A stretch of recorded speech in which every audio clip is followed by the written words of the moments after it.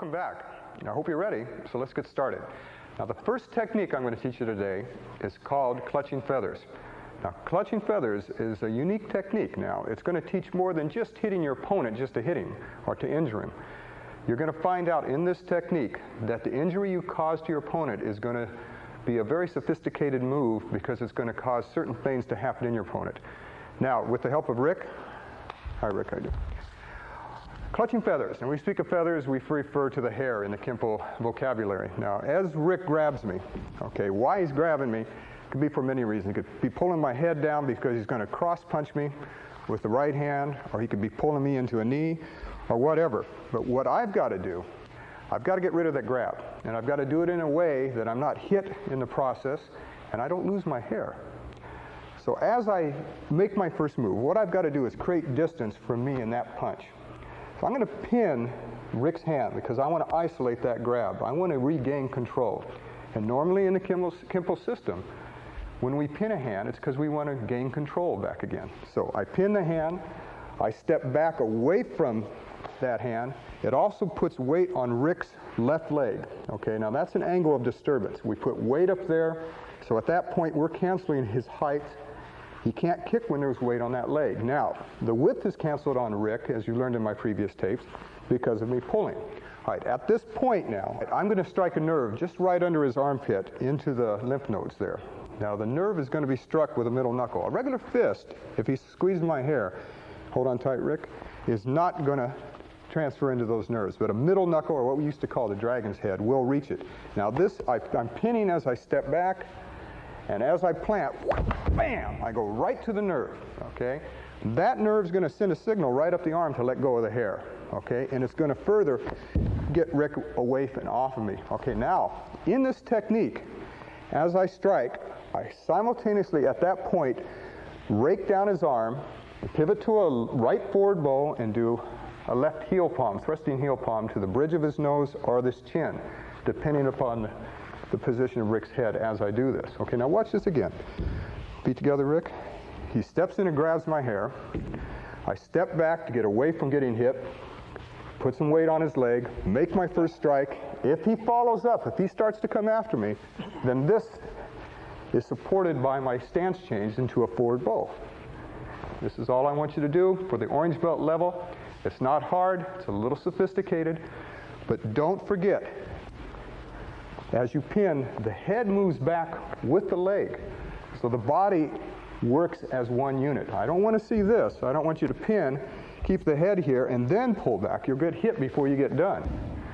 Now the pin and a step, as he starts to punch, everything works together all at once. Everything happens together. And like I said, basically this is a follow-up. If Rick tries to re-grab or come in with the punch, then we have the follow-up at this point. Thank you, Rick. Good.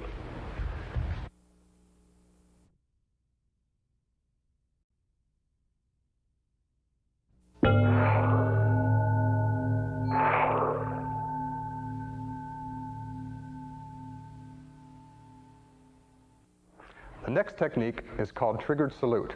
Now, you're going to find this a fascinating technique. Now, this is designed against somebody pushing you. Now, in this technique, you're going to take the angle of least resistance. Now, when I say least resistance, I don't want that to be misleading. All right, now I'll show you what I'm talking about. Clyde, can I borrow you for a second? Thank you. Now, this is a push from his right arm to your left shoulder. Now, as Clyde pushes, the natural reaction is to be shoved back this way. Now, what we're going to do is we're going to train you that as he pushes to take an angle that will absorb this force, okay? Now, there's a number of ways you can do this. If he's pushing, I could step over, okay? Or I could step back, push with my left leg. And these are two angles of least resistance, okay? But the trouble with those is that they don't give me a target. Now, if I step in as he pushes, there's another angle, go ahead, push, Clyde, of least resistance, but it gives me a what? It gives me a target. Generally, there's three angles of least resistance in a technique, all right? But you've got to find the one that also gives you a target. It's not just enough to move away from him, okay? All right, so in our defense, remember in the other tapes, as I explained, is our offense.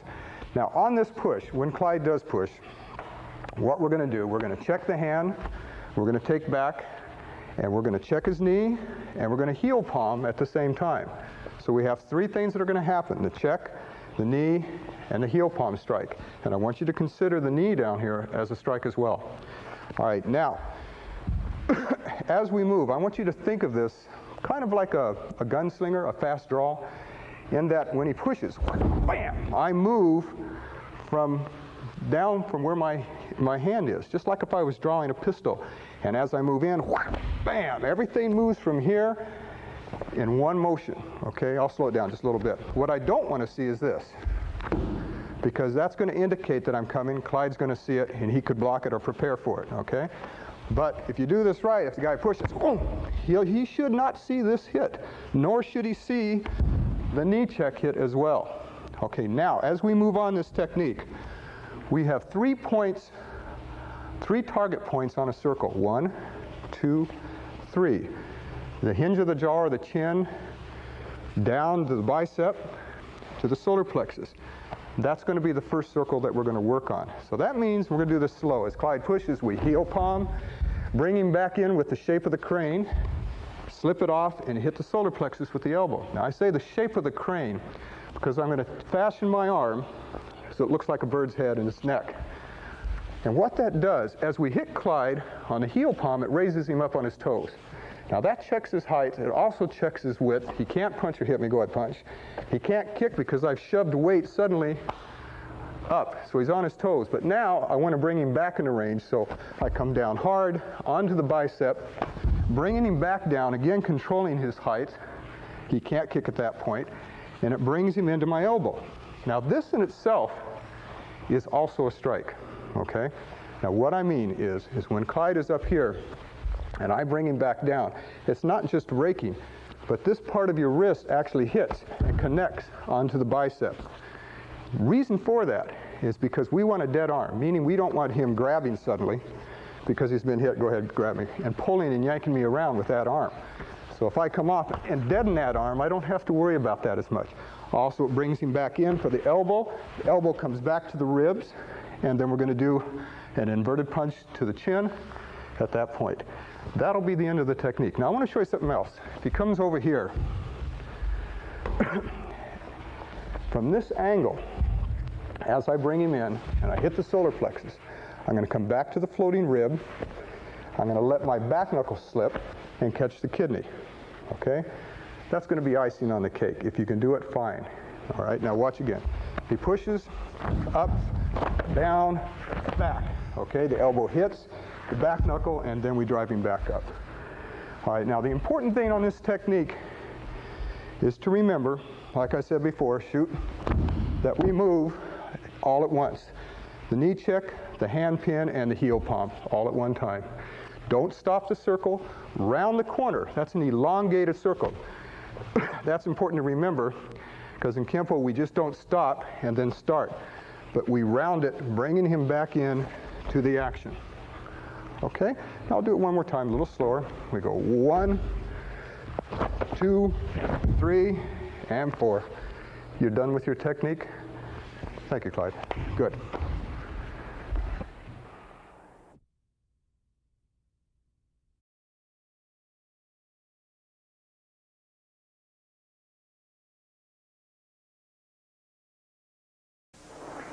The next technique is dance to death. With the help of Rick. Right, thank you, Rick. All right, now Rick's going to shoot a straight right punch, okay? Now I'm going to teach this for 2 attacks. One for a step-through right punch and the other one for a shuffle right punch. I'm going to do a step-through first. Now I'm going to start feet together. Rick's going to be in a left neutral bow. He's coming from 12 o'clock. As he punches, I'm going to step in and do a left inward block. Now this is part of that family grouping where we use sleeper and we also use thundering hammer. And if you remember, if you look at it from this angle over here, as he shoots the punch, my hand's already draped down and it's going to move from point of origin. Now depending upon where Rick's hand is again, if it's down low, then I can use thundering hammer, or I could go up to the sleeper like we learned before. But in this case, the hand's up, he has a check as he comes through with the punch. So I'm going to go to the third one, down to the groin area. Okay, now watch again. He shoots the punch, boom, make the block, boom, chop to the groin. Now this block turned into a check as I chop to the groin area. Okay, now I'm going to take you back to this angle over here so you can see the rest of the technique. He makes the punch, left inward block, left neutral bow. Forward bow, chop to the groin. Now at this point, if you hit him hard enough, his hands are going to go down there. I want you to take your left leg, make an adjustment, and move around his lead leg, also cutting off the line of entry to your groin. At that point, you're going to step through and start a buckle. Now that's going to help Rick on his way down. As you begin to buckle, this elbow hits into the solar plexus or the ribs. As you pull up his leg, it's a push-pull affair. This is what we're doing. It's what's taking our opponent down. Rick, come on up again. It's smooth and it's easy, and you'll find that the knee buckle helps this continuity. And I'll show you what I mean.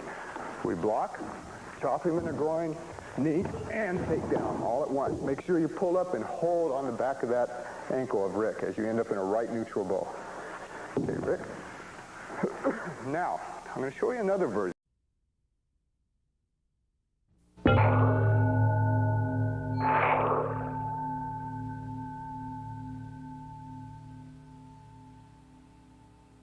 The next technique is called gift of destruction. All right, now, usually when you talk about fighting and defending yourself, you don't think of a gift. This is a defense against a handshake. Now, what do we say about a handshake? Well, why would I want to defend myself against a handshake? It's very important because, you know, like they say, sometimes in a handshake lies a snake. Masood, can you help me over here? All right, with the help of Masood, now, you know, people will do funny things when they're shaking hands, meaning that if I walk up to somebody off the street and I don't know him and I say, hey, how you doing? The guy will instinctively, 9 times out of 10, shake hands with me. Now, I could pull him into my car. Okay, I could put him in an arm lock. I could do a number of things. I could put a knife into his ribs or whatever. All right? So what you got to do is understand that just because something's nice doesn't mean it's not harmful to you. I've had occasions where I've talked to people who have been at parties, or occasions where people are drinking or whatever, and a guy's shaking hands, and they get a little macho. One guy tries to squeeze the finger of the other guy's and tries to break it, you know, show how strong he is. Whatever the case is, I want you to know how to get away from it. What's dangerous about a handshake is the pull, meaning that he can pull you into a punch. And if it happens, he will inadvertently control your width, your height, and your depth just by pulling. Now, we learned in the other videos in freestyling how to control the depth zones of your opponent. Well, here it applies again. All right, now in gift of destruction, Masood's grabbed my hand, he's squeezing my fingers, he won't let go of me. Now, what I'm going to do is I'm going to heel palm the outside of his right elbow, and I'm going to do a right knee to the groin. Okay, I want him hit twice. I want to make sure that this isn't going to be holding on to me. If I just knee him in the groin and he starts to fall, he may hold on to this and pull me down because he's still hurting. So I don't want that holding on to me. So what I'm going to do is I'm going to heel palm here and at the same time pull his arm because I don't want to get hit. Particularly if I see that arm start to come my way, I'm going to pull it to control that width. I'm going to step to a zone of sanctuary and I'm going to control the width of his body. Now, as that happens, it exposes the elbow. Okay? Now, as he punches, boom, I knee to the groin, I break the elbow, I check the arm, I come down on the inside of his right knee, which begins to do what? It begins to turn his head into my elbow. And that's the last shot of it. Now, watch it over here at this angle. His left arm starts to come. I knee to the groin, I control his width, I check that arm, and here's where I come down on that knee. Watch his head start to turn into the elbow. Keep that arm checked, and as you come down, hit to the hinge of the jaw of the elbow, and you're out. That's how it's done. It's simple, but you've got to understand to control that side of his body. Also, when you pull down on the arm, it puts weight on his legs, so you're controlling his height at that point, too. Thank you, Masood. Good.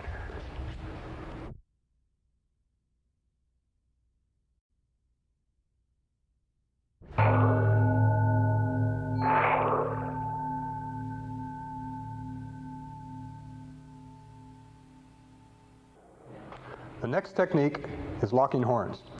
Now, this is a good technique. Now, like chokes and holds, or any technique that you're dealing with somebody's arm wrapped around your neck, you've got to keep your breathing constant. If you don't, you can't finish the technique. Now, particularly on this technique. Now, with the help of Clyde, thank you, Clyde. He's going to get me in a front headlock, okay? Now, what I want to do is turn my chin away from his inside of his arm and tuck it in so he can't cut off my wind supply. I don't want that arm up there cutting it off because I won't be able to do this technique, all right? Now, as he puts some pressure on, I'm going to step in with my head turned in, and I'm going to raise his arm up so you can see me. And I'm going to be in a right closed kneel stance because I need a brace to go up against his weight as he's leaning on me, okay? Now, I want my left hand to check the inside of that leg. As this hand hits the groin with a reverse hand sword, that becomes a check to that knee. If he tries to knee me with the left, that won't come through. If the right tries to hit, I'm checking down there. All right, it's important. If you don't, a common thing for a headlock is for somebody to get you in and use his knees on you. So what we want to do is we want to check those lines of entries. We don't want those knees coming up into our face. Okay, now as he puts me back in the headlock, puts some pressure on me, and he bends me down, boom, I hit the groin. All right, now from that point, I want you to turn to a neutral bow. I want you to rip the groin here. I want you to contour his body, and I want you to do an obscure elbow, bringing Clyde up. Now, the last move is to shuffle in and sandwich the jaw. I want you to guarantee that that jaw is going to be in line. So as I bring Clyde up, I'm going to bring him back down with a heel palm here, bam, and then bring the elbow across the jaw at that point. Okay, let's take it from the beginning. Now watch again. He grabs, he puts some pressure, whack, I hit, grab, rip, make sure that this hand hits, come across with the elbow. Okay, let's move Clyde over. We're going to change the angle. That way you can see what we're doing over here. Okay, grab me, Clyde. He applies the pressure. I move in and check. Hit the groin. The hands will spring out. He'll protect himself. Generally, the hands will go down here. He may even grab my hand. And that's why we put a claw here to keep that from happening. All right, now, as we hit the jaw, bring him back in. Bring this hand around so it hinges here and acts as a what? A backing board for the elbow. This was here, now it comes up from this point and hits him here. Thank you, Clyde. Good.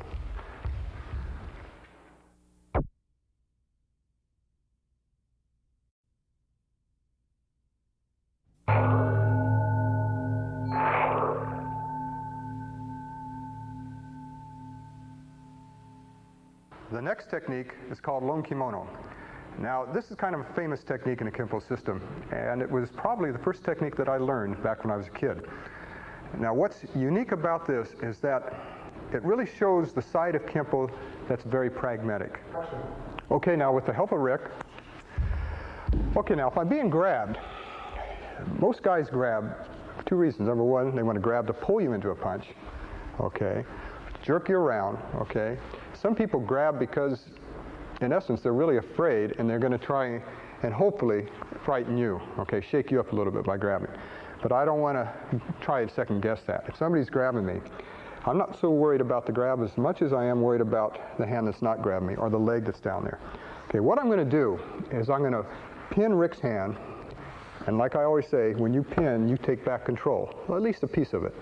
And I'm going to step back into a right neutral bow. Now at this point, I'm pulling weight on Rick's leg, all right, and I'm controlling his width, his height and his width, and his depth. He can't run away, he can't run into me, okay, and he can't kick me. Now that's the first move. Generally when guys grab like this, so they grab and they twist and try to pull you into an action. So as he grabs and twists, I borrow that twist. Since he's twisting this way, we're going to borrow that force, and we're going to use it to our advantage. It's going to take his elbow, and it's going to rotate it, and you'll look at it from this angle. As he grabs and twists, he puts his elbow exactly where I know it's going to be. And that's how I'm going to break it. I can't break it with the arm bent because I'll probably hurt my own arm because that's a fixed point there. So what I have to do is step back, elongate that arm, the elbow's underneath, and yes, now I can break it. All right, so from here, he twists his own arm up in getting ready to punch. I pin, drop back to my neutral, and do an upward block against his what? His elbow, and at the same time, I push down, snapping that arm. Boom. They both work together. In my defense, stepping back is also my offense. Now, if you look at it from this angle, he grabs me, twists it up, I go with it, snap that arm. Okay, now If I need a secondary break, I got one from this angle. All right? Everything's a follow-up in Kempo. It's icing on the cake. If we need it, if he starts to come back again, I rake the arm, and if I do it hard enough, it's going to cancel the width so I don't have to deal with that punch. Now, if you look again, my intentions are I want to snap his elbow. Hopefully that's enough. He would let go, fall, out of pain, whatever. If I see that arm start to come, I rake this one. And then from this point, chop him in the throat. Everything's a follow-up, okay? It's not that we're trying to overkill as much as we're trying to teach you to be overskilled in case something else happens. 1, 2, and 3, right in the throat. Keep the left hand up as a check. Sometimes I put it down when I'm talking, but I want you to keep it up as a check. Thank you, Rick. Good.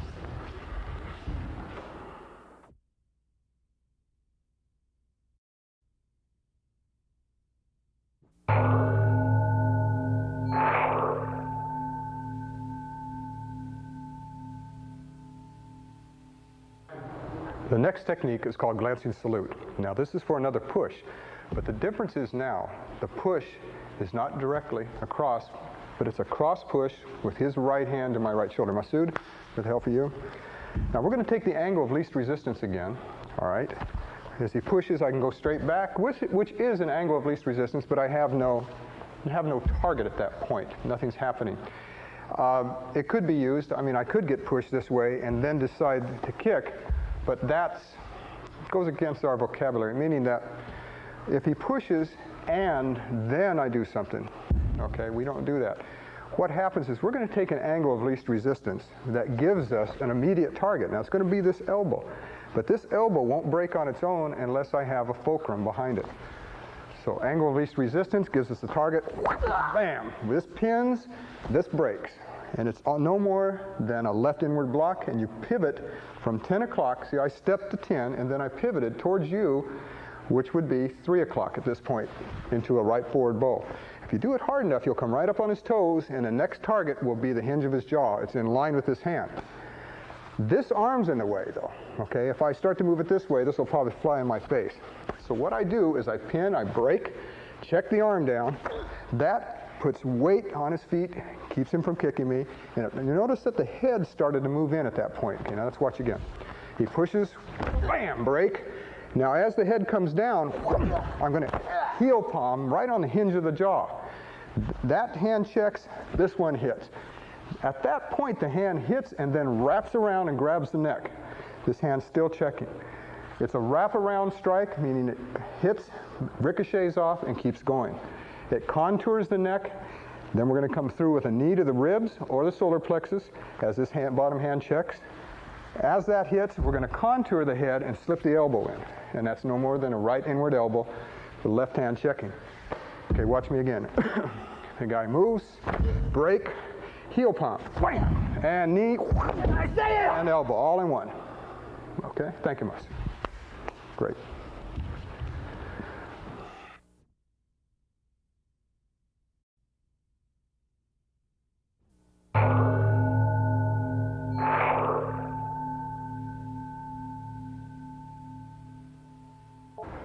The next technique is called 5 swords. Now, 5 swords, again, is another famous technique in Kempo. In fact, if you ask somebody what's their favorite technique, it's either Lon Kimono or 5 swords, probably 5 swords. Originally, this was designed to use all the hand swords in a technique. What I mean by that is, with the help of Clyde, this was designed against a roundhouse punch. A guy jumps out of his car, comes flying out at you, and widely throws himself open. Okay, Clyde, would you give me a back up a little bit? Okay, shoot your punch. Now, here's the punch we're dealing with. It's going to the side of our head. Now, we're going to step in at 11 o'clock. He's coming from 12, but we're going to go to 11, so we want to try to isolate that leg and cancel it and put a knee check in. At the same time, the first sword is going to hit the bicep. Okay, I don't want this just to be a block now, but I want it to be a weapon. I want you to damage that arm. The other hand is going to be an extended outward block or a left outward check, and they're both going to hit together. Now, we could call this the first hand sword, the next one another hand sword.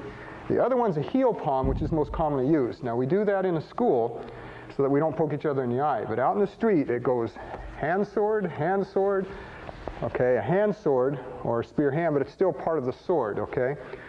And then the third or fourth one would be to the solar plexus. As you pivot out of your forward bow into your neutral, you'd go to the solar plexus like this. Now, most students are not going to take the time to develop their fingers to hit somebody hard enough without breaking their fingers. Okay, now that's a whole nother art in itself. So we supplement the eye poke with a heel palm, the uppercut, or with a vertical hand sword with a right uppercut.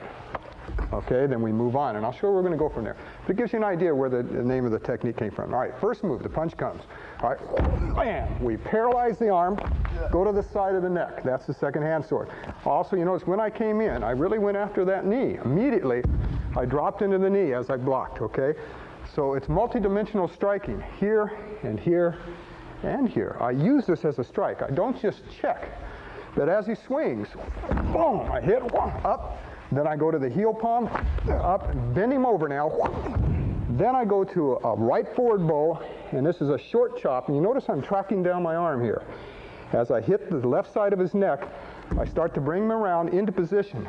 As this right arm circles, it drops in and makes the final chop at this point. From here, bam, down the side of the back of the neck. Okay, watch from this angle. Punch comes, heel palm, up, uppercut, down. Then I drop in for the last shot. And you'll notice here, the bottom hand checks. Now what I'm doing so I don't hurt Clyde is I'm hitting my own arm. It's called a point of contact. It's a good way to practice too. Or pick not the neck, pick the shoulder blade. Someplace you can make a little contact without hurting each other. Great, thank you, Clyde. Good.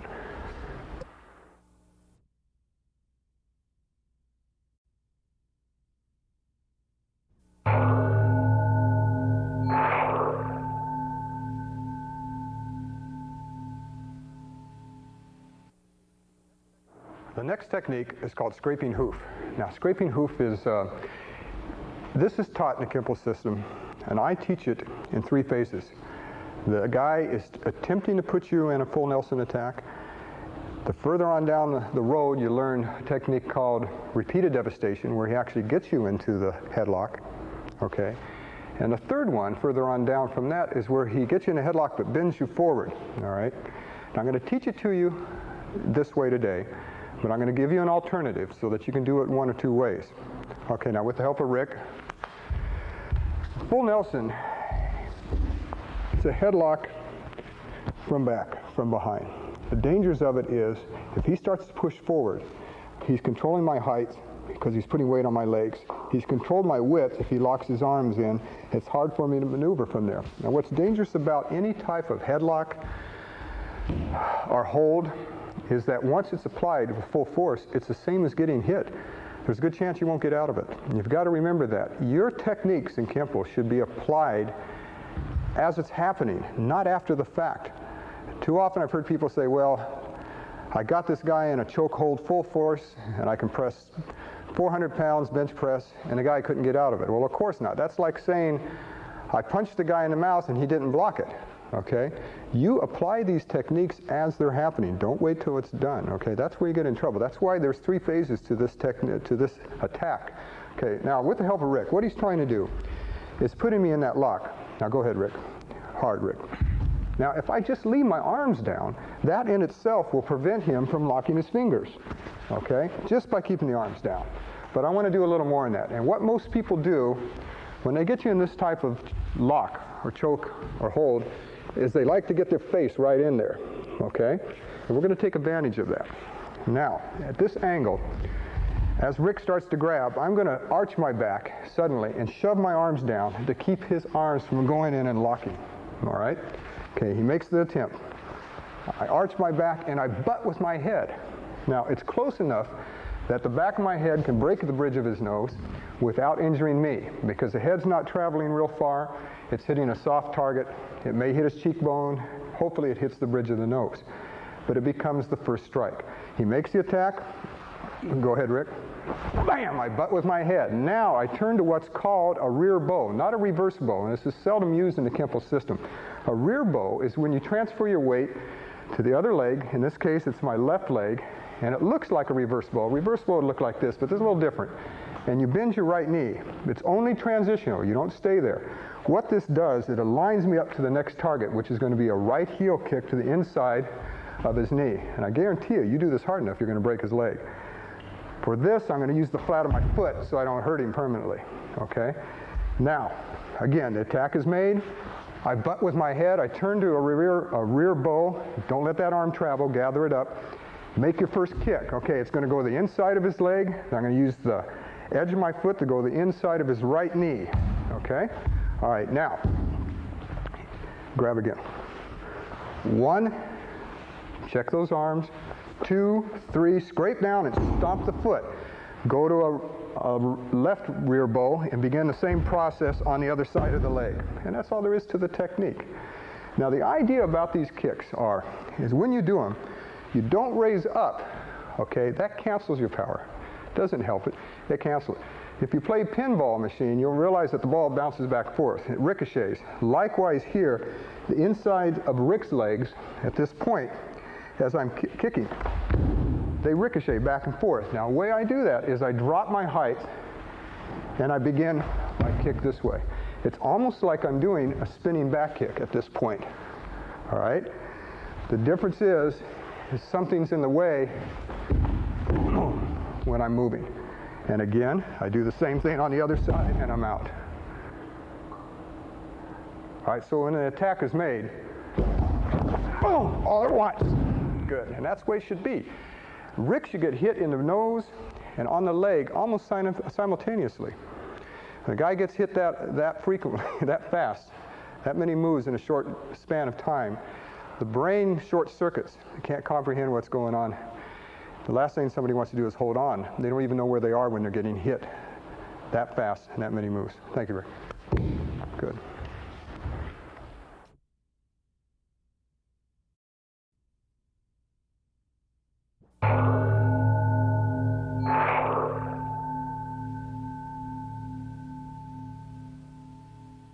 The next technique is called grip of death. Now, this is another headlock. This is a flank or side headlock. Now, we're going to use borrowed force, meaning that as he gets me in a headlock or makes the attempt to do it, I'm not going to fight him for it, but I'm going to go with the action. And he's going to create a circle, and I'll show you what I mean with the help of Clyde. Now, as Clyde grabs me in a headlock, he's going to grab his own wrist because he's going to use that as leverage. Now, I want you to think of where I'm pointing as 12 o'clock. All right, now, as he starts to pull and twist, that's the circle that I'm talking about. Now, the angle of greatest resistance would be to fight Clyde for it if he's pulling that direction, is to pull back, because I'll end up probably breaking my neck or it's going to be a struggle. The easiest thing to do for me to find the target as he pulls is to go with it and let my bottom leg break his ankle or dislocate his knee. Now, that's called a right closed kneel, and he's pulling it on himself. The harder he pulls, Clyde, come on up again. We'll do it slow. The more he pulls and jerks, the worse this gets. Now, I also want you to take your chin and tuck it into your left side. Now, you notice that this move makes this arm spring away from it. Okay? So this move then checks his what? His width, right? So as he pulls, that's checking his width. Now, even if I didn't use my hands, this in itself is a great technique. Okay, but we're going to add on. If this slips off or he starts coming back with that arm, then we're going to follow up. Okay, now let's take it for again. He comes in, gets me in a headlock, starts to pull. As I'm buckling or breaking the leg, I'm also hitting the kidney back here with a left inward hammer fist and the groin at the same time. It's going to bring his head down a little bit. I'm going to contour his back, and I'm going to go underneath the nose. I'm going to use my index finger with the middle finger as backup mass behind it. Now, I anchor down, and I pull my left elbow straight down and anchor him back down. I contour along his chest, and I come right up into a left forward bow and a right straight heel palm thrust. Right at this point. Getting him off of me, he may dump or he may go up. When we do the ending of this technique, we're going to keep him up, and I'll show you why later. Now watch it from this angle over here. I'll bring you around so you can see the back. As he starts to pull, you can see my leg back there catch on the outside of the knee. Here's the kidney shot and the groin shot. Here's underneath the nose. And you notice when I say anchor, I want you to anchor your elbow straight down. The more pressure that I apply with my elbow anchoring, that same pressure is applied with the knee. I'm canceling his height, width, and depth. Try and fight back for me. Go ahead, fight. There's not much the guy can do. He's wide open for the last move. Okay? Let's do it from this side again. If he jumps up and jerks me into it, you're gonna feel the pull. And I want you to step. Remember that's 12? I want you to step to 10. And that's approximately where you are. As he starts to go, that's what does it. Up and down. Thank you, Clyde. Good.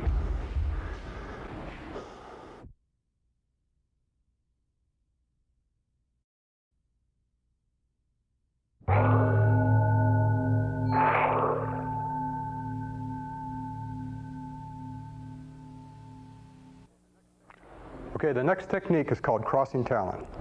All right, with the help of Brian, thank you. It's a wrist grab.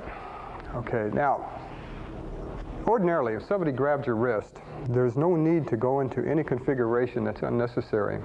I mean, it'd be just as easy to check the hand and possibly kick him. But it's what he's doing with my wrist that compels me to go into the technique. Now, if he's pulling me this way, I'm not going to use crossing talon. If he starts to pull me this way, I may use it, but then I just may slip out against the thumb, for that matter. All right, if I'm just standing in position and I feel somebody pulling me and I'm not aware of it, then I'm going to pull back suddenly. The reason is I don't want the left to hit me, okay? If I do nothing in this technique, I don't want that left arm to hit me or his leg to kick me. And I could be at a party, I could be talking to somebody, and my hand's down and he grabs my wrist. Now, before he pulls weight onto that leg and cancels my height, I suddenly pull here. At least I know that his height, width, and depth is momentarily what? It's canceled. All right. So how that happens depends upon the situation. We're going to take it as he grabs, I pull. I want to cancel the width because I don't want to get punched with the other hand. I don't want to get a knife into me or something like that. All right, now as he starts with his left, I pull, it cancels. Puts weight on that leg. It also exposes the outside of his arm. We're going to break the elbow at this point. We're going to counter grab here. It gets its name crossing talons because it looks like on his wrist and his hand, it looks like bird's talons grabbing my wrist there. Okay, so we're going to counter grab, all right, and as we do, we're going to step to 1 o'clock, all right. If I step to 1 o'clock, it supports my break against the arm because the lower part of my body is in sync and the weight is behind that break. Now, if I hold on, I'll be able to break and snap that elbow. Just as I get that break, I don't like this gap existing between me and him. I start to chamber my arm and pull him into the hinge of the jaw with an outward elbow at that point. Okay, now watch again. He grabs. I start to make my break. I pull him down, bam, into the elbow. Then I rip the face, but I don't want Brian to come up on his feet. I don't want to pull him up. Come on up, Brian, like this. So I take the back of my elbow and I anchor on top of his shoulder blade. What it does, two things. It increases my rip, giving me more leverage here. And it also controls Brian's height. That means as I'm ripping, it keeps him down while I'm causing the injury here. Boom, this way. Now I put enough pressure down, I circle around, and then I go for a major move because that was a minor. A major move came out of that circle, and I do a left inward overhead elbow to the back of his spine, heel palm to the back of his neck, boom, from here, and that sets him up for a right knee to the face, and then I'm back. Okay, now watch again. And I'm going to take it from this angle. Come on over, Brian, so you can see what's going on behind Brian here. He's facing me from 12 o'clock. So I pull and counter grab and make my break, elbow, rip, set him up for the last move here, boom, hit, and knee. And that's how it should be done. Thank you, Brian. Good.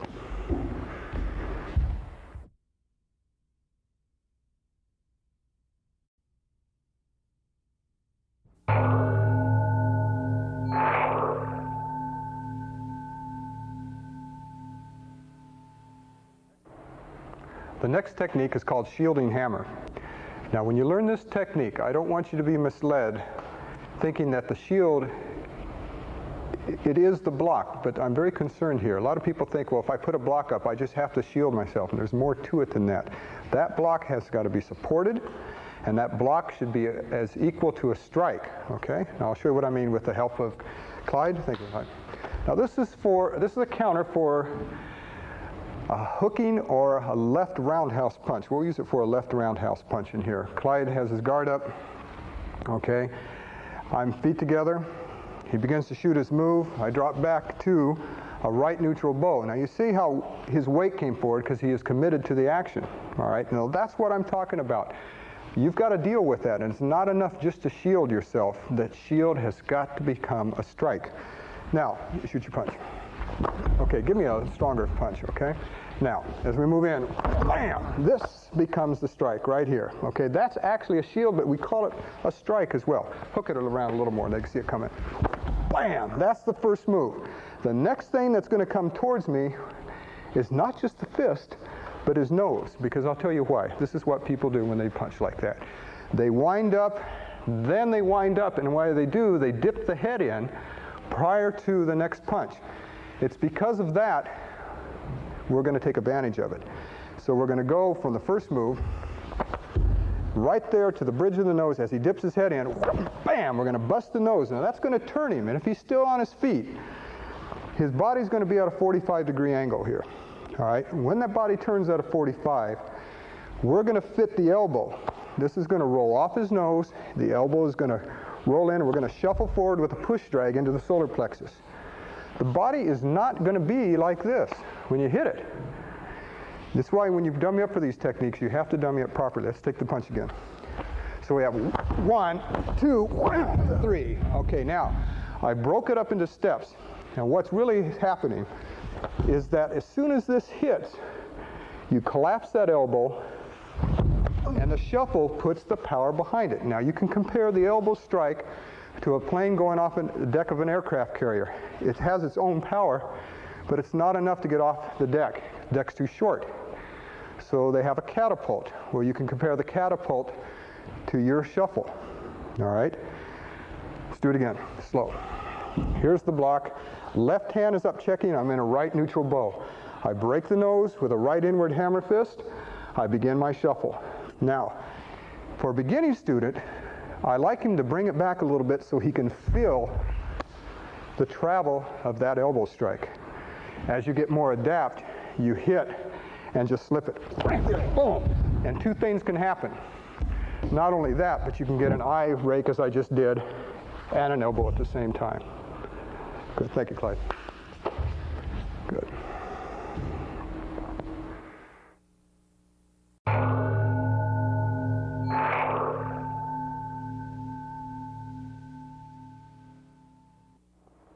The next technique is called thrusting salute. Now this is a counter for the inside of a right snap or thrust kick. Now it's important on this technique. This is going to teach something that will be important for you as understanding the strategy of Kempo. Now we have so many techniques to go through that I like to highlight in each technique something that will be maybe a little different from the previous technique. Now Brian, come on in Brian, is going to give me a step through snap kick. Now he's coming from 12 o'clock. We'll say wherever our opponent's coming from, it's 12 o'clock. Now what I want to do is I want to block the kick. Now it calls for a left downward block from a left neutral bow. All right, now as Brian kicks, I'm going to do a left downward block, but I'm going to step to between 4 and 5 o'clock. Now the reason for that is because between 4 and 10 o'clock, remember he came from 12, but at 10 o'clock is the target I'm going to next, which is the groin area, or it could be the solar plexus, it could be the sternum, the throat, the eyes. All these targets are lined up for me. And you might say, think about that, well, why is that so important? Well, the importance lies in a number of things. Let's build a little scenario. I'm out in the street, or I'm in a parking lot, it's dark, it's not well lit. Guy jumps out of his car and he throws a kick at me. All right, if I step to 6 o'clock, I'm not aligned to the targets, okay? If I can't see Brian's body, if I manage to block the kick, if I'm over here, and if I can't see it, it's dark, I know what's between 4, where I stepped, and 10 o'clock. It's Brian. And in this case, it's Brian in the groin area, so I'm going to take advantage of that, kick to the groin, boom, and bend his head down. Now, I know that groin's going to be there because I blocked it a certain way, and I stepped to a certain point on the circle. I moved up the circle, as we call it in Kempo. He came from 12, I moved over to 4. Now, it's nice because from that angle, come on, Brian, over here, it's close enough for me to maybe reach him with an eye hook, but it's going to be pretty hard for him to reach me because I'm on one of the furthest points of a circle. Okay, all right, let's take it again. Do it a little faster.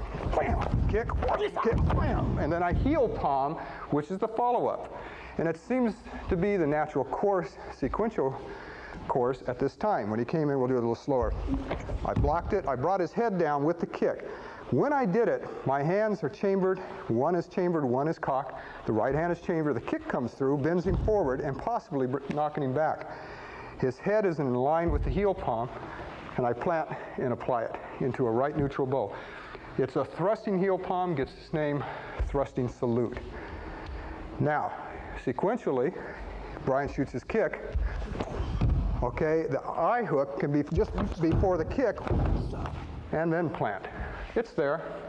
You get a little more adept, you can do it. Now let me show you from this angle. Come on over here, Brian. We'll take that as 12 o'clock, so it'll be a good angle for you to see what's going on. Go ahead. I get over to 4 o'clock, line him up, blam, hand hit. I want the bottom hand as you plant the check. You're in a right neutral bow, it's a strong stance. This hand is checking. Thank you, Brian. Good.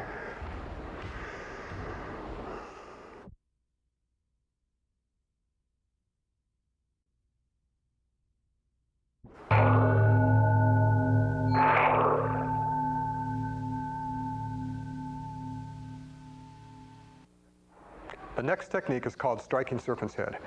Now, striking serpent's head is a unique technique, and here you're going to learn something about circular motion, probably at its best. Now, what I mean by that is, you know, the shortest distance between 2 points is a straight line, and we know that, and a straight thrust punch or whatever is the quickest way to get to a target. But you don't always have, or you're not always in a position to get to a target in a straight line, and you're going to need a circular line to get to it, depending upon the situation. Clyde?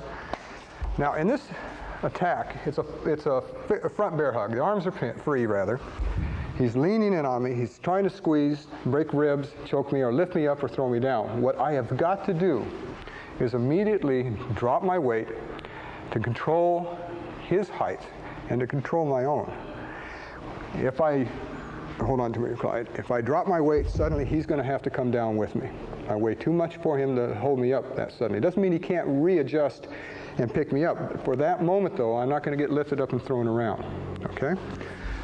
Now, the technique calls for a snaking punch or a left circular inverted punch as he comes in. Now, when guys grab and hug, get in, they bury their head and they start squeezing, and it's hard because they bury their face so that they can't get punched effectively. You can try and rip and pull and all this, but if he's buried in there deep, it's hard. But by covering one target, they what? They expose another target. In this case, it's the back of the neck and the mastoid, the hard point behind your ear. Now, what's happening is I'm going to contour his back, and as he moves in, I'm going to drop back, and I'm going to come up his back this way and hit that mastoid, or use my wrist to hit the back of the neck. But they're both going to get hit simultaneously, and it's nothing but contouring, all right? The other thing I want to do is I don't want this going up higher, so I want to check this arm. So as I chamber and cock my hand, I want that elbow to come down right on the inside of the forearm or even the bicep and hit, but keep that arm away from you so that they're working together. And you know by now that there's more moves to this than what I'm just showing. And you can see the heel palm hit as I'm moving back. Now, as he moves in and drives me back, this hits. And as that hits, this hits here. Now you grab the hair, anchor your elbow, just like we did in a couple of other techniques, and you go to a left forward bow, and I'll show you why. My knee is pinned up against his. If I go to a forward bow, it starts to control his height again. Not only that, but with my elbow anchored down, and as I pull his head back to control his height, it exposes the target, and I'm going to use a forward bow and use a right half fist thrust to his throat at this point. That's what I'm doing. Okay, let's watch this again. All right, he grabs, I drop back, wham, boom. These two hit together. This grabs, forward bow, this anchors, and then half fist to the throat. Bam. and then I'm out. Okay? Thank you, Clyde. Let's do it from this side so they can see what's going on from here. Grab. I drop back, heel, you can see that heel palm hit. There's the shot, there's the two anchors, one here and one here. It's important, they're in there, they should be used. Half fist to the throat, and then I'm out. Thank you, Clyde.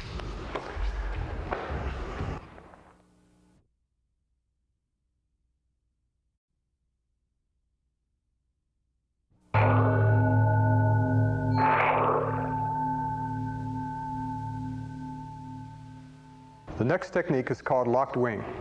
Now in this technique, I want you to remember that we don't wait for the arm to be locked behind the back, all right? We move on this technique as it's being applied to you, as the attack's being applied. Okay, with the help of Clyde?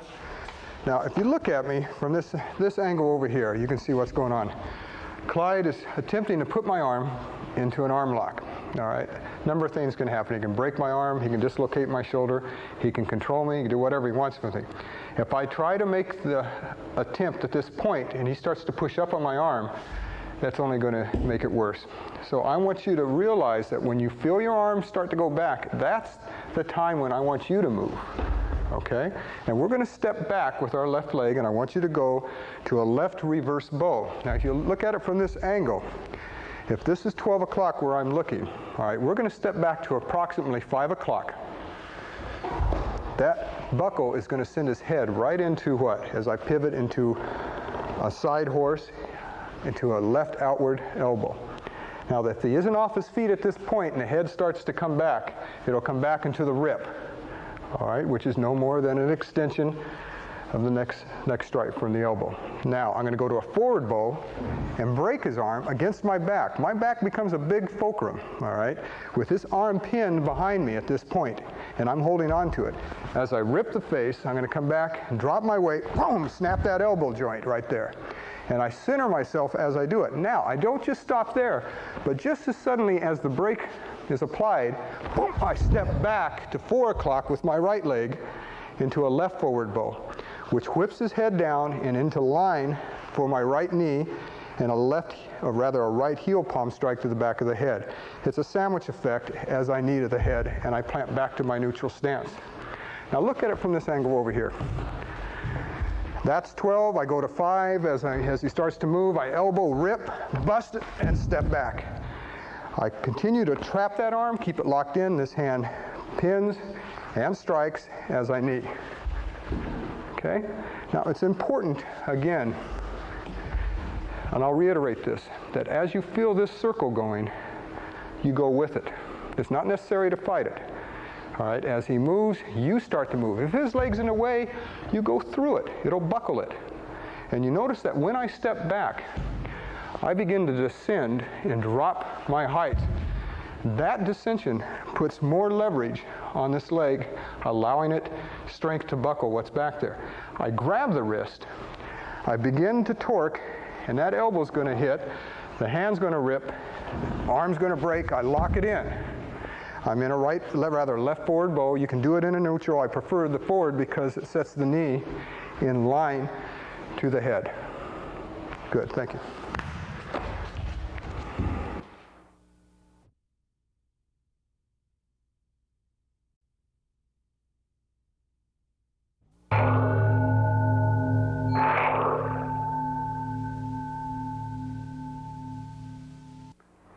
The next technique is called obscure wing. Okay, now in this technique, it's very simple, it's very fast. But now this technique teaches a little bit about reaction from your opponent, all right? And like I said, you know, as I go from technique to technique, I try to put something in and highlight something that we didn't before. With the help of Masood, all right. Now I'm going to let him do the first part of the technique on me. We'll say this is 12 o'clock. I'm coming up from behind him. It's a rear shoulder grab, my left hand on his right shoulder. Now he's going to step over, and he's going to go into a horse stance and drop his weight, and he's going to do a right back elbow. He's going to hammer fist to the groin, and then he's going to do a right obscure elbow. He's going to turn his body a little bit, contouring my chest and hit me in the throat or the jaw, and that'll be the technique. It's simple, it's effective, but I want you to understand something about it. When he steps over, he pins my hand, and he does the elbow. That's all at once, the step, the elbow, and the pin. Okay, if he didn't pin my hand, a number of things could happen. The reaction from getting hit in the solar plexus is this. All right, that in itself could be a finger in his eye. I chose his chin because I didn't want to hurt him. All right, but that's the reaction. You hit somebody like that, their arms just don't stand there. It hurts. He buckles forward, and the hand will probably go right in your face. In Kempo, you learn that you have to be prepared for the unexpected. What he is trying to do to you and what he doesn't try to do to you can still hurt you, all right, or kill you. Now, in this situation, again, now he's going to pin my hand and do the first move. My reaction is going to be stopped. This isn't going to go into his face. Then he can finish the next move and so forth, okay? Now, if I take his place over here, he grabs, and it doesn't take a lot of grabbing, a lot of pressure. What you're stopping is this thing riding into your face.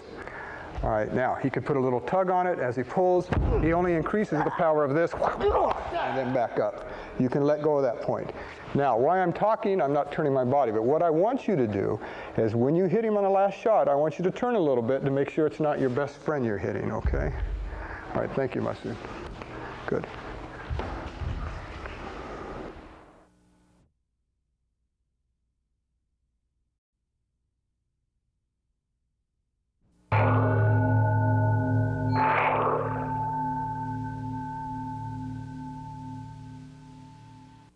The next technique is reversing mace.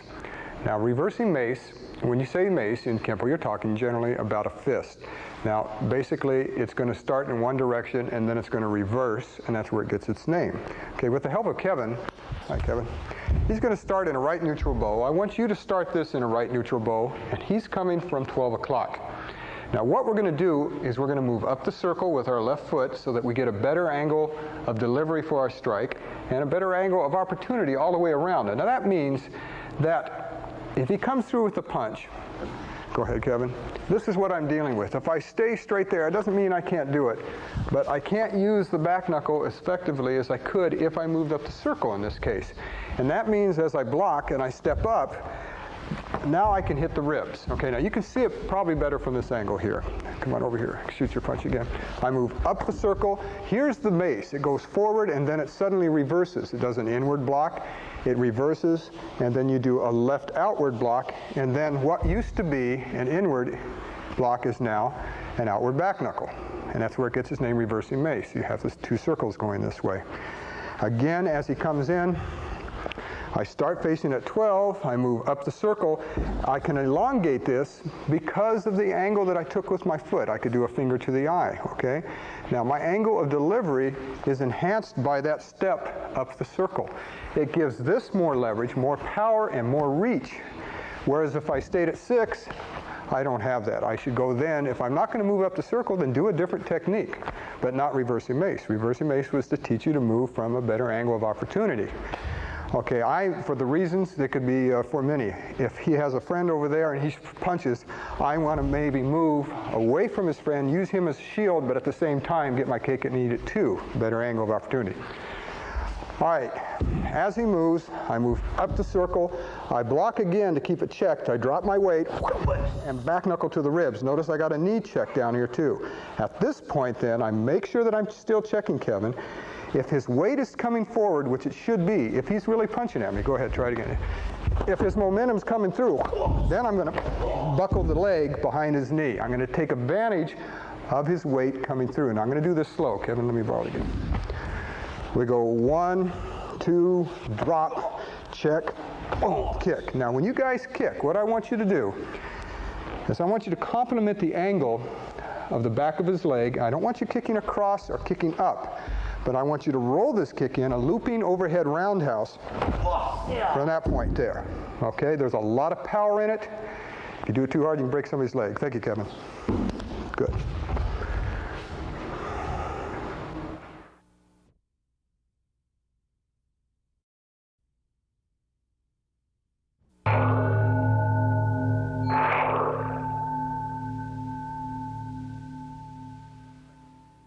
The next technique is called buckling branch.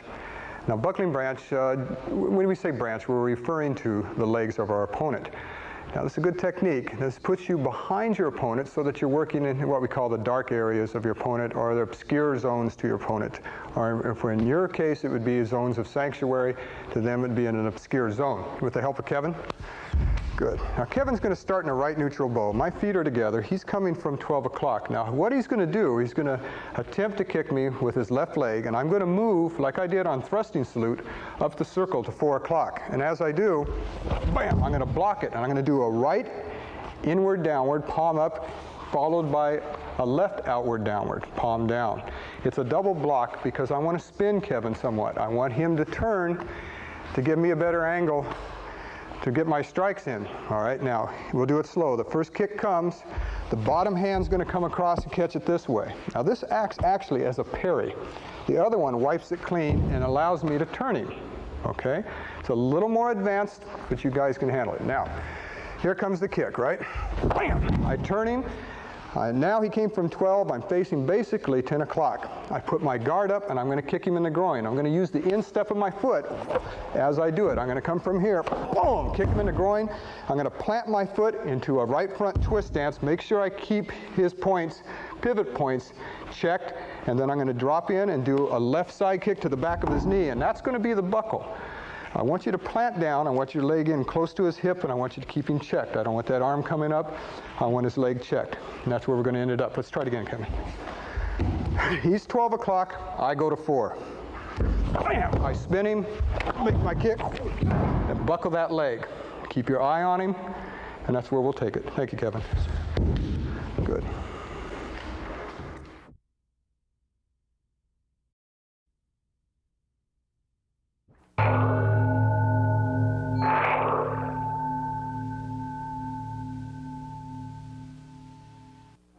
The next technique is called thrusting prongs. Now you're going to use your thumbs here, and it's a defense against a front bear hug with your arms pinned. Now with the help of Rick, how you doing, Rick? Okay, as I'm being grabbed from the front, my arms are pinned. You know, I don't have a whole lot of movement, but yet I have enough if I put it in the right place. Now, come up just a little bit, grab me again. What I want you to do is take your thumbs, and I don't want them sticking out from your hands like this because you'll break them, but you're going to jab with your thumbs to the groin. So put them against your hand, your fingers like this, both of them. You're going to step back with your right leg into a left forward bow because you're going to brace against Rick pushing on me. Lean on me a little bit, Rick, so that you've got to brace into him, okay? At the same time, take your arms and thrust to the groin. All right, that's where it gets its name, thrusting prongs. All right, now we'll try this again. Come on up to me. All right, so we go 1, boom, we hit. Now I want you to trap with the shape of the crane his left arm. You notice how my arm immediately snakes around, traps it, and hooks a little bit to control the width of Rick's body. That's what that move is there for. It keeps that from coming back at you. All right, because what I'm going to do at that point, at the same time that I trap this, I'm going to go with a knee to the groin or the lower stomach. Then I'm going to side kick the inside of his left leg, which position, bring your foot up a little bit. If we do it right, okay, we can knock him back or we can scrape down and stomp the instep of his foot. But in either case, it's going to bring the head into line with the elbow, which is going to be the last shot. The whole time, I'm going to be pinning and controlling the width of his body with this arm here. Okay, now watch it from this angle over here. Rick? Okay, he grabs and make the break. Boom! I hit, I trap. Okay, a side kick to the leg and elbow at the same time, keeping this pin and keeping this checked. All right, now I'm going to give you a little hidden move. I want you to watch what I do. Okay, stand up real straight for me on this, Rick. Okay, grab me. I break the grab. Boom. Okay, now, as this hand chambers, this one cocks. Why don't you use this one? This one fits into the down into the rib cage because it's a little circle, and you might as well use it because it's not really what? Doing anything at that point. Watch again. Grab. We go 1, all right, 2, 3, and 4. Everything's there all at once. Thank you, Rick. Good.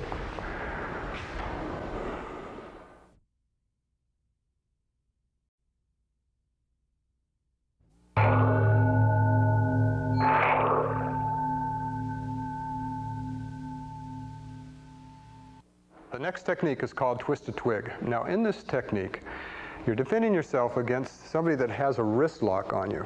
All right, now we're going to go out the bottom side of the circle to get out of this. We're going to take an angle of least resistance. We're not going to fight him on it. So I'll show you what I'm talking about. Brian?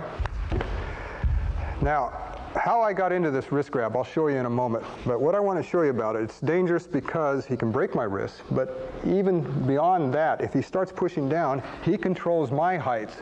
I can't fight back. I've got too much of my own weight going down on my legs. He can bring me down, knee, use his elbow, whatever he wants to do to me. Now, if you look at Brian's hands, as he starts to push, it makes a circle, a small circle, but nonetheless a circle. And so what we're going to do, that's going to be our angle of least resistance. As he makes the circle, we're going to step in and hit his solar plexus. We're just going to go out the back door. What I don't want you to do, as he makes that circle, is try to fight and push back up. Because while you're doing that, you could stop it this way, but you could get a knee in the groin and a number of other things are going on. And what's happening is that you're not causing injury. Now, you could say, well, if he pushes my hands down, I'll just poke him in the eye. But when the pain is that great, that quick, it's going to negate this move right here. It's very difficult to reach up to somebody when your wrist is breaking. So the best thing to do is to find a defense that also gives you a target immediately. Now, as Brian starts pushing, I want you to step in and check his knee. Because when he's occupied with his own balance down there, he's not so apt to hold on as tightly. It's very important, okay? Secondly, as he's grabbing me, I check the hands so that as I do hit him with the knee and the elbow, the hands don't go flying into my face. Okay, grab me again. So we've got three things: solar plexus, knee, as he starts to push, it all hits at once. Then keep it going, hit the jaw, come back in from a neutral stance to a right side horse stance. Keep this hand checking. Go to a right reverse bow and hammer to the groin. That'll be your last shot from there. Now, it's no more than working on a circle. 1, 2, 3, 4. And if you want to use this the top hand rather to hook an eye, it's a minor move and it's set up with it. Okay? Now watch again. Now, I want you to watch my leg again, Brian. We'll move at this angle a little bit so they can see. Put your right leg forward. Particularly if a guy has a right leg forward in this fashion and he starts to grab, it makes that knee much more important. It also aligns the what? The solar plexus and the chin up together. You see what I'm saying? Now, how did we get in that thing? Well, remember I told you before, a handshake can be a disguise for something else. If I walk up and say, hey, how you doing, man? I can suddenly turn this into a wrist lock. A wrist grab is a good move, particularly if you're trying to control somebody. It's just that watch out for the bottom of it. You have to do it quickly and make sure that you do it properly, like by pushing straight down. Now, the way that you apply the wrist grab is take your fingers, put your middle finger behind his wrist and the other one in there. Put your thumbs on top of the first two knuckles and just push down. That's all you got to do. You can put all the fingers back there too, make it a little stronger, more backup mass, and push down. You can grab it with your left wrist and put your right heel palm on top and do it this way. You can use your forearm this way, your elbow. You can come in and break it this way. It's a dangerous move to be caught in. You've got to react as it's happening to you. If Brian is starting to make the move, the circle, that's when I have to move. It's too late if he gets me down this far. Okay? Remember this. It's important. Thank you, Brian. Good.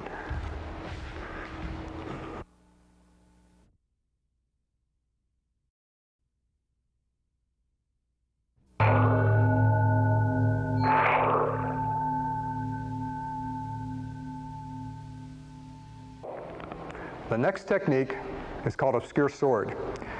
Now, this technique can be used one of two ways. Now, I like to teach it both ways. The way I'm going to teach it to you first is as an antidote to obscure wing, if obscure wing didn't work for you. And I'll show you how a technique can be sabotaged. Help Kevin? Now, what he's doing here, we're grabbed, we're going to try and do obscure wing, right? All right, but what's happening is I can't reach him because Kevin is starting to push in that direction. That is the angle of greatest resistance, and if I keep going that way, it's not going to work. So rather than try to force a technique, go to an alternate. And you know something about the way the art's designed, alternates can be found before and after. What I mean is they can be found at a lower belt level or at a higher belt level. And it's a kind of profound thing in that just because you're at a higher belt level doesn't mean that it's that much more advanced. You'll see what I mean as we go along. Now, Again, I try to do obscure wing, but I'm pushed. When I feel the pressure going this way, I just borrow it. That's all I want you to do is borrow that motion. Then I want you to turn. I'm in a right reverse bow, and by pulling Kevin, it cancels his width too. He puts weight on that front leg. He can't kick me at that moment. Okay, now watch again. I try to do obscure wing, but I'm pushed. Oh. At that point, I want you to pivot and chop him with a right outward hand sword to the throat. Now, you notice it knocked Kevin back. As I'm pivoting into a right forward bow. It gives this reach, and it gives it strength. At that point, I want a left snap kick to the groin or the inside of the knee, whatever's available. You're going to make your kick, and then back to your neutral stance. But you're borrowing force. You're not trying to fight when he's pushing to do obscure wing. You just take where he's pushing, the angle of least resistance, and use it to your favor, to your advantage. And now I pivot, keeping this check, and drive it right into the throat. Keep the guard up. You're in a right forward bow, make your kick, and then come on out. Thank you, Kevin. Good.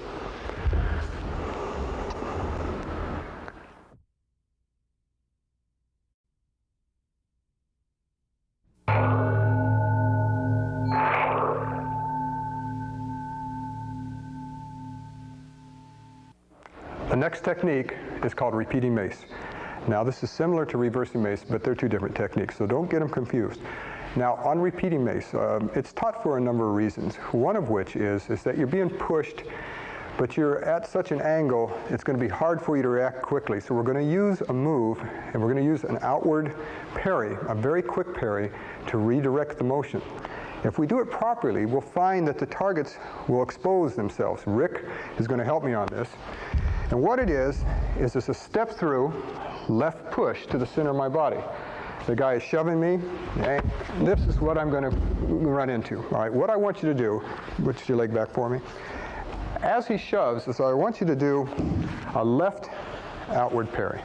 I want you just to borrow his force, let it be to your advantage, okay? As he pushes, just redirect it. Okay, push straight at me now. As he pushes, I want you to move up the circle. He's coming from 12, so I want you to move up the circle to 4 o'clock.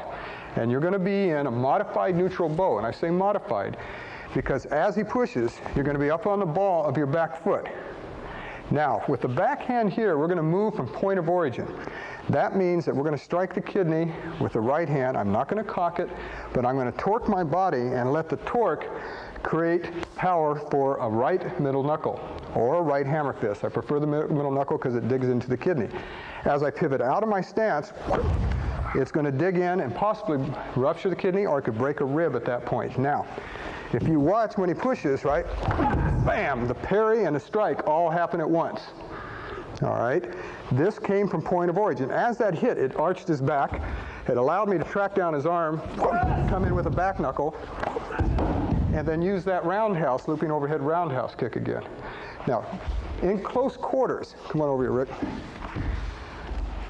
Just feet together. In close quarters, when a push is fast and close, you have just enough time to use that outward parry. The elbow must be anchored to work for you, all right? You don't have time to use major blocks. You got to borrow that as quickly as you can, set him up, down, and kick all at once. If we do this a little slower, watch again. The parry, his body weight's coming. I unwind with the strike. I settle with the back knuckle. Keep the arm check, adjust my step if I need to, loop this overhead, and back down on the knee, and then out. Okay? Thank you, Rick. Good.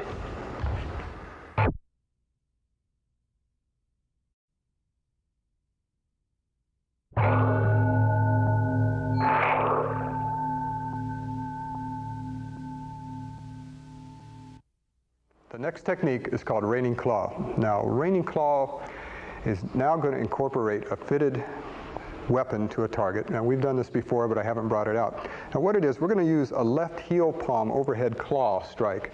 It's going to hit the bridge of the nose with the heel of the hand, and then the fingers are going to follow and rip. That gets its name, reining claw, and it's a defense for a right uppercut punch. Now, with the help of Kevin, Kevin's going to start in a left neutral bow, all have feet together. Now, as the punch comes in, this is what we're dealing with, right in here to the lower stomach or even to the solar plexus. Now, I want you guys to make sure that when you step back, that you move the head back and everything back. I want your block to be almost secondary. I want you out of range of that punch. Because even if you block it, there's a chance that this can hook right up into you. And if it doesn't hit you hard, he can grab on you or something else. So make sure that you create some distance on that step. All right, let's do it again.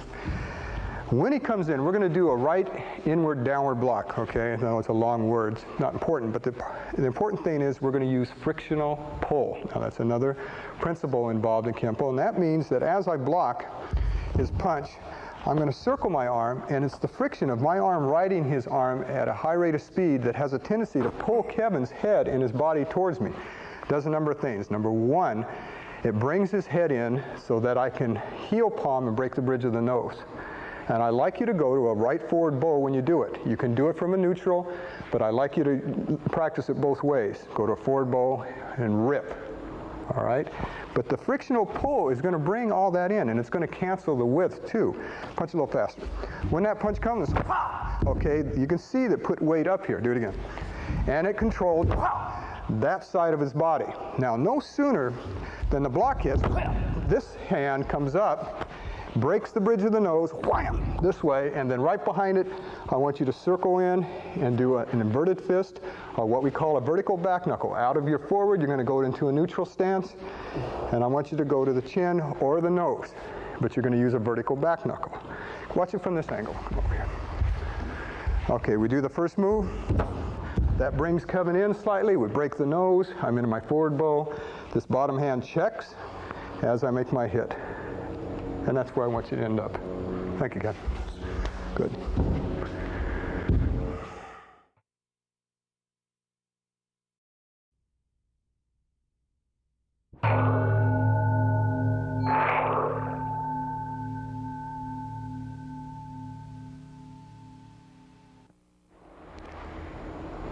The next technique is called crashing wings.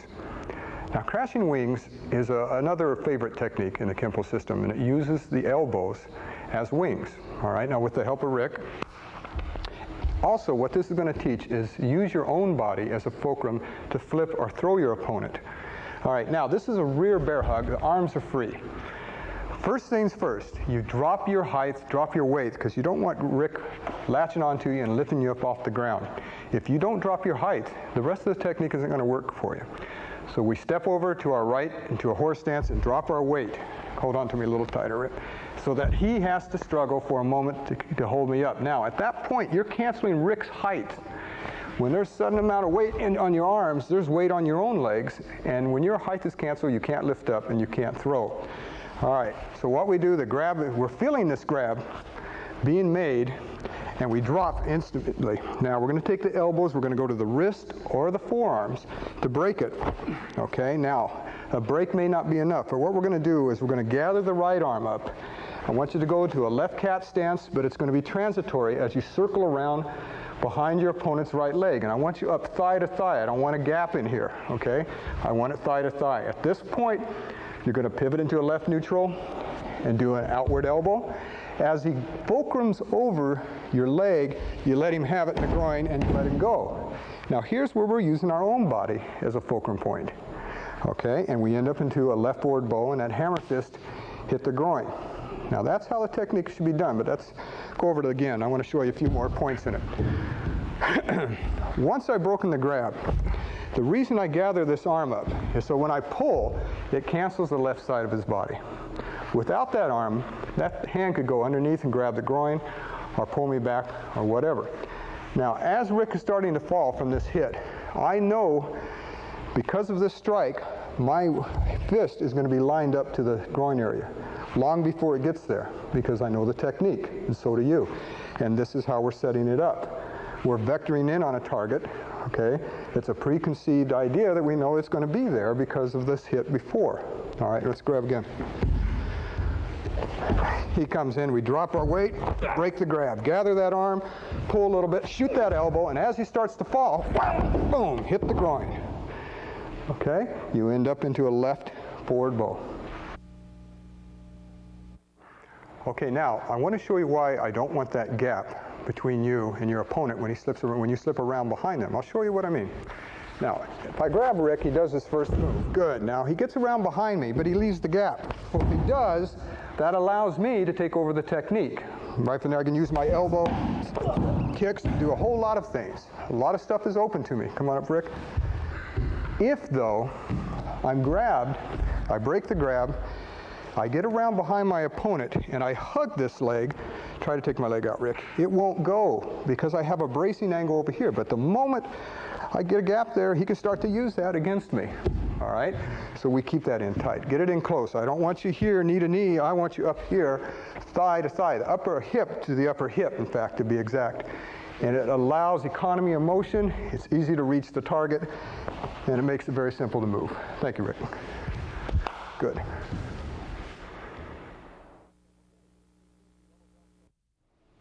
All right, that concludes the Orange Belt self-defense techniques. I enjoyed teaching them to you. Now I want you to get ready for the Purple Belt self-defense techniques on my next video. So practice hard, and I'll see you back again.